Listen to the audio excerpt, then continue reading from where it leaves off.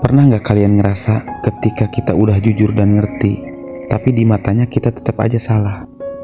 Bahkan diperlakukan kayak kita itu beban. Padahal kita cuma pengen dimengerti. Tapi makin dijelasin makin salah paham. Makin buka hati makin dianggap lemah. Dan makin sabar makin orang ngerasa punya hak buat ngeremehin. Akhirnya capek sendiri. Capek karena terus-menerus menjelaskan diri ke orang yang gak pernah bener mau denger. Dan di titik itu kita mulai diam. Diam bukan berarti kalah, tapi karena sadar gak semua orang layak dijelasin. Gak semua orang pantas tahu isi hati kita. Dari situlah kita mulai berhenti ngebela diri, berhenti ngejar-ngejar pengakuan, berhenti ngemis buat dimengerti. Kadang yang paling nyakitin itu bukan ditinggal, tetap ada tapi seolah gak pernah bener-bener dihargai. Lucunya waktu kita terus ada, mereka biasa aja. Giliran kita berhenti peduli, mereka nanya dan nyari.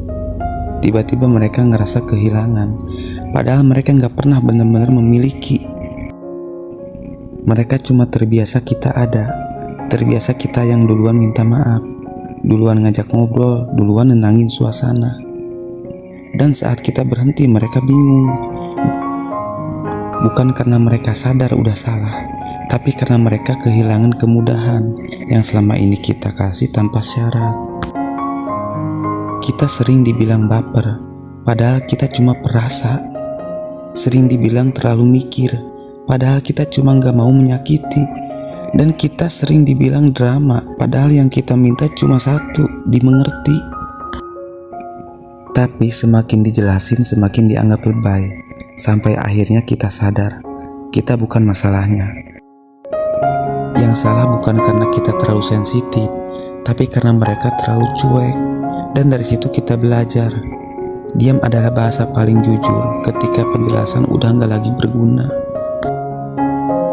Diam bukan berarti tanda lemah, tapi tanda kita gak mau lagi ngabisin energi untuk hal yang gak berbalas. Dan setelah itu kita mulai balik arah. Gak lagi fokus buat nyenengin orang, kita mulai mikirin diri sendiri. Dan rasa aneh itu mulai kerasa.